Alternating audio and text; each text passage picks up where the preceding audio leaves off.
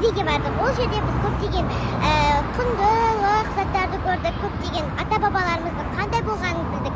Ал кеше біз хайуанаттар бағына бардық. Ол кезде біз көптеген жануарларды көрдік. Ал менің жазғы лагерьде біз әр күні бір жаққа барамыз. Мысалы, мұражайға, хайуанаттар бағына, немесе тағы басқа өте қызықты жерлерге барамыз. Мысалы, кеше біз хайуанаттар